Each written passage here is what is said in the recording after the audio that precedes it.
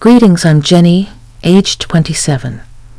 3 years back, I tied the knot with Hugo, the most remarkable person I've ever met. He's a delightful goofball, overflowing with kindness and compassion, making each day feel extraordinary. Regrettably, the same sentiment doesn't extend to his mother, Maria, also known as my mother-in-law. For reasons unknown, Maria has harbored animosity toward me since day one, a sentiment I comprehend. After all, Hugo is her cherished son, and she's merely safeguarding his interests. However, I firmly believe she sometimes crosses the line. Maria has a knack for subtle injustices that seem innocent but are actually calculated to incite frustration, painting you as the unreasonable one. We've all encountered someone like her. Unfortunately, she happens to be my mother-in-law. I was brought up differently. I'm inclined to call out nonsense and rarely hold back. Perhaps that's what drew Hugo to me. Our contrasting personalities attracting each other, as they say. Having studied psychology, I can discern Maria's ill intentions. Our dominant personalities clash, which likely led to her first words to me, "Jenny, don't you think it's time to stop eating so much?" The table fell silent. Stunned, mortification painted my face pale as Hugo, Kyle, my father-in-law, and Maria's son reacted. Hugo, though embarrassed, admonished his mother, "Mom, that's terrible to say. Jenny can eat as she pleases." Maria backtailed, claiming concern for my well-being, citing old photos where I appeared better. Despite my embarrassment morphing into irritation, I kept calm, not wanting to cause a scene during our initial meeting. I graciously accepted her unsolicited advice. As time passed, such incidents increased in frequency and intensity. Despite bonding with everyone, Maria remained the sole dissenter, her disdain unfounded. Even Hugo's childhood friend, Kidak, embraced me, yet Maria persisted. On my wedding day, she behaved like a bridezilla, trying to undermine me. No, her hair should be in an updo like mine was. "You look so ugly." Maria's antics persisted, but amid the turmoil, I cherished the love and acceptance from the rest of Hugo's family.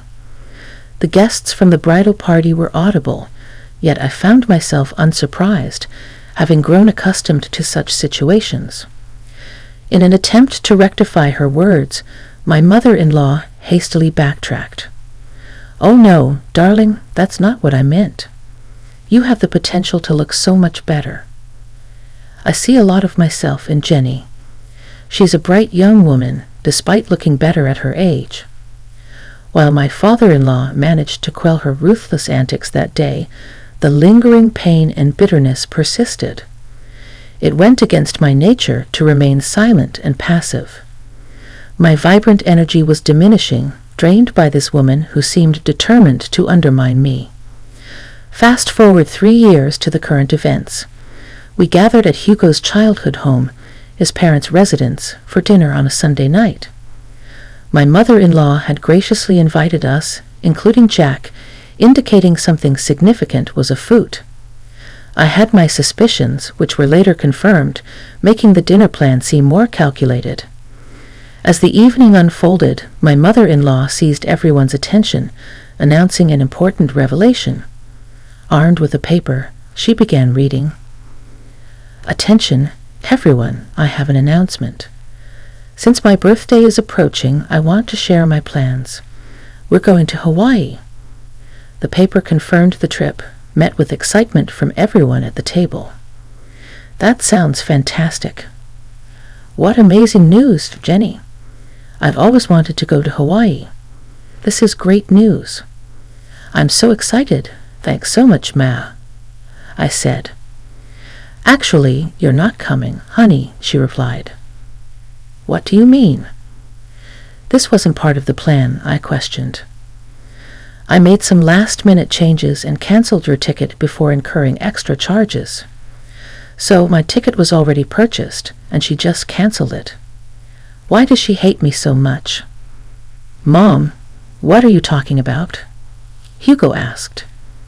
In the ensuing chaos, Jack and I remained silent as harsh words flew back and forth until Maria finally offered an explanation. Okay, fine. I'll tell you why. I thought Jenny shouldn't join the family event. As I'm getting older, I want to spend my remaining years with those I care about most. Unfortunately, Jenny doesn't belong on that list. Mom, really? What's wrong with you? Nothing's wrong with me. I'm just saying Jenny can't be considered family since she's not related by blood. By that logic, Jack shouldn't go either, right? He's not technically family, as you're stating, but we all know that's preposterous. He is part of the family. Since Hugo and Jenny got married, she's family too. Well, Jack is different. He's always been here, our sweet baby angel, but Jenny hasn't. I'm just not comfortable with her on the trip. It's my birthday. Come on, Jenny, we're leaving. My resolute no reverberated through the room, capturing everyone's attention, including my adversary, who had been struggling to contain a smile. However, her expression turned serious at once. Maria, it's been evident from the start that you harbored disdain toward me. For 3 years, I've endured your unbearable behavior. Do you think we're blind to your actions? Do you believe we don't see your narcissism? Watch your tone, young lady. Remember, you're in my house. And it won't be for much longer. In fact, I'm about to leave, but before I go, there's something I need to say. I addressed my beloved husband, whose eyes burned with anger as he looked at his mother. Darling, I love you completely, and I tried to weather the storm for so long, but it's clear now that your mother will never embrace me into this family. No matter how hard I try or how often I hold my tongue, she'll always find fault with me. You should go on this trip. You can't miss it. Despite her quirks, she's still your mother, and you love her, and she loves you. So go. Don't worry about me. I'll manage. Turning to my mother-in-law, who appeared stunned by my words, I continued. And as for you, unfortunately for you, I'm in love with your son, and I'm not going anywhere. You might think you can push me out, but I'm here to stay. Even in Hawaii, you'll be thinking of me because, let's be honest, I think you're fixated on me. How dare you? I ought to slap you right now. I'm done. You're fixated on me, obsessed with tearing me down, and I can't fathom why when all I've done is extend kindness and patience, even when you didn't deserve it. But enough is enough. If you don't want me in Hawaii or consider me part of the family, fine, but I will always be here. As long as I breathe, I'll be here for Hugo, Kyle, and even Jack, but never for you. In that moment, I realized I had finally silenced her. She stood with her mouth agape, seemingly searching for words that her mind wouldn't allow. I bid farewell to the other family members, kissed my husband on the cheek, and headed toward the exit. Let me drive you home at least. I can't let you take a cab, Hugo offered. Don't worry about me, babe. I love you, and thank you for loving me, but I'll be fine. You have a trip to discuss. Okay, if you say you'll be fine, I'll believe you. Oh, don't forget your purse. Right, my purse. I left it in the kitchen. Upon reaching the kitchen, where Maria had retreated, presumably to catch her breath after the altercation, I encountered her. What do you want? Don't worry about me, sweetheart. I'm just here to collect my things. Well, make it quick. I want you out of my house. I can't believe you said those things to me, she snapped. With that, she swiftly stormed out, too filled with anger to see me off. I scoffed at her absurdity, grabbed my purse, and noticed a piece of paper next to it.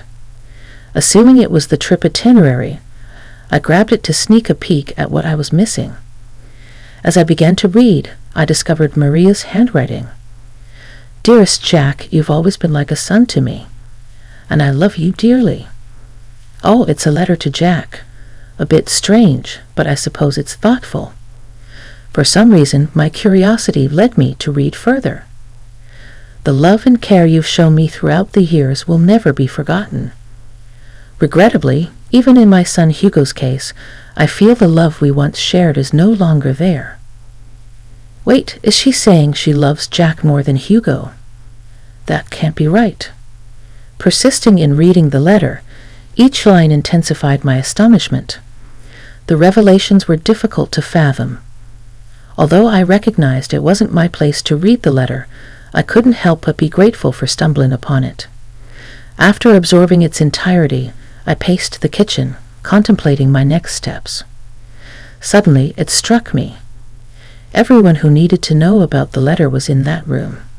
It was time to act. Rereading the letter to confirm its contents, I sauntered into the dining room where only 3 pairs of eyes met mine. Jenny, I am profoundly sorry for what my wife is subjecting you to. Don't worry at all. You're coming to Hawaii with us. She's just going through a rough patch right now. I'll talk to her and make her see reason. I don't know what's gotten into her, but I'll sort it out, I promise. Kyle, please don't concern yourself with me. As I mentioned, I'm fine. In fact, I've stumbled upon some interesting news that I need to share with everyone, especially Hugo.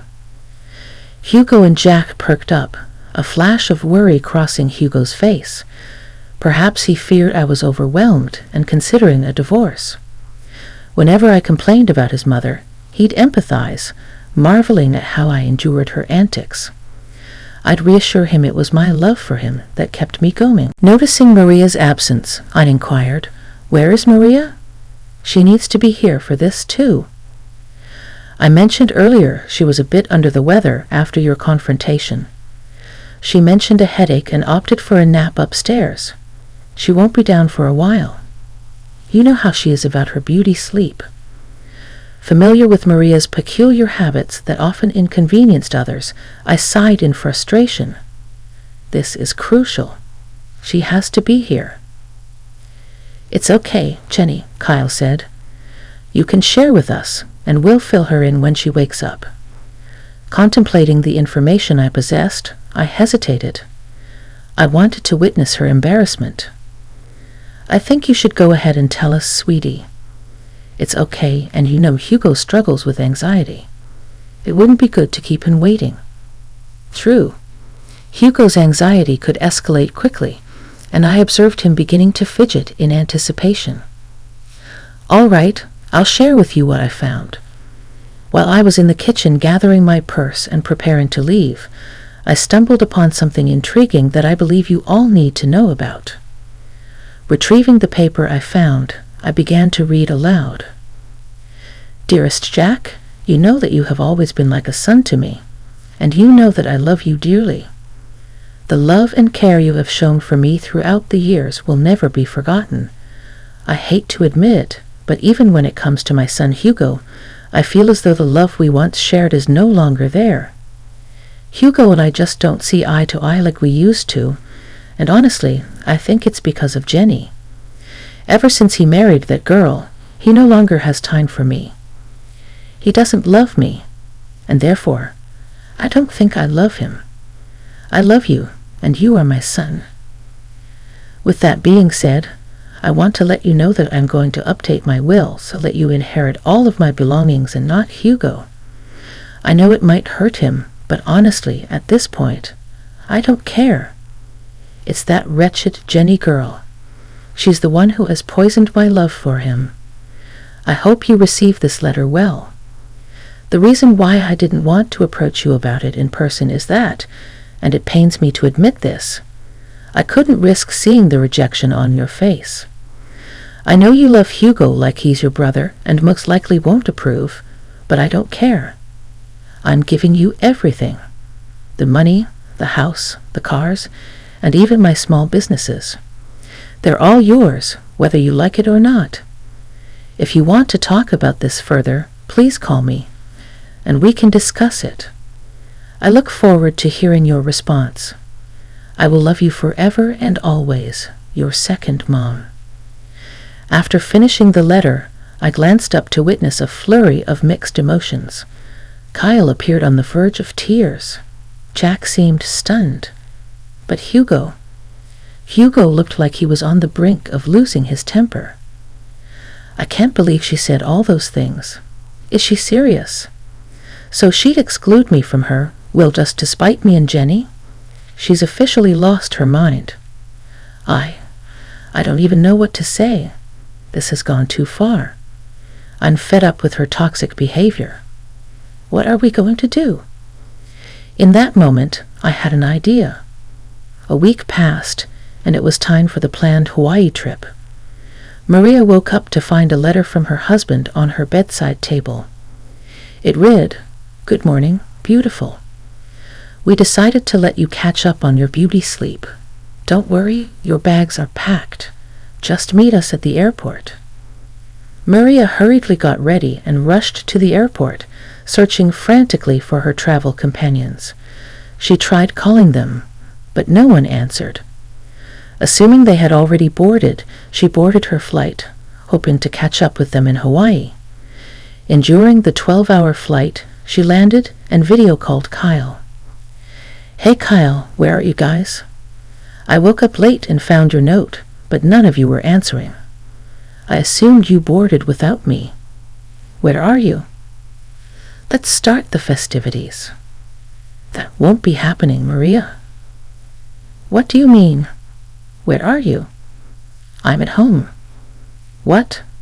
Why are you at home?" "You see, Maria, Jenny brought some important information to our attention last week. Since then, we decided we'd rather spend time in Florida with her than anywhere else with you." Maria gasped. "You think we wouldn't find out?" "What, my baby?" "Don't baby me. You were really going to cut me out of the will." "Mom, Whoa. How did you even find out about that?" "Oh, that wretched girl you despise so much, Jenny, found your letter in the kitchen." "I don't know what you're talking about."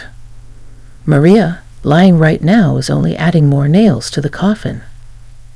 "Jack, tell them. You've got to believe me. I did nothing of this sort." "We all read the letter, Maria. The game is up." But I didn't do anything. Jenny is making everything up." "Oh, am I? You are so pathetic, it actually makes me sick. We all know what you said and what you tried to do. Thank goodness I was nosy enough to read the whole thing." "Hugo, Kyle, please." "No, Maria, enough is enough. You're done. You don't get to say anything else. You messed up big time. Your hatred has caused you to be blind, and now you have to suffer the consequences of being alone on your birthday because of what you've done. But I'll be alone. It won't be fun. Maybe people would like to hang out with you more if you weren't such a raging witch. Have fun." With that, Kyle hung up the phone. We all let out a sigh of relief. I was the first person to start laughing, eventually joined by Hugo, and before we knew it, we were all bursting with laughter at the dining table, just laughing at the sheer absurdity of the situation. The look on her face, once she realized the game was up, was priceless. Her face turned pale, all the blood drained from her face, and it was evident that it was the first time in a long time that she felt embarrassed. Maria had to spend her vacation alone, frequently calling Kyle to see if he would at least come and join her, because canceling the reservations she made would be expensive.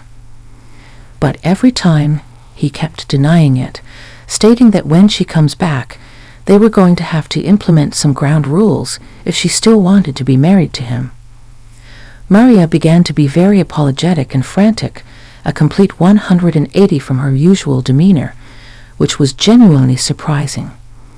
Hugo also mentioned that if Maria still wanted to be in his life, she had to make a drastic change in her attitude, otherwise he was ready to walk out of her life forever.